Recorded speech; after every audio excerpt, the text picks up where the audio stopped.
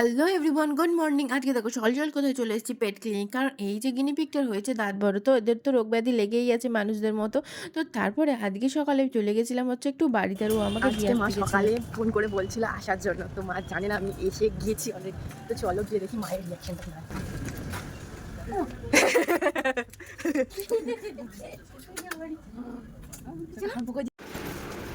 তো চলো আজকে মা না জেনে কি কি রান্না করেছে তোমাদেরকে দেখাই। মাছের ঝাল দেখা যাচ্ছে। মাছের ঝাল এটা হচ্ছে কি পুঁটি মাছের ঝাল।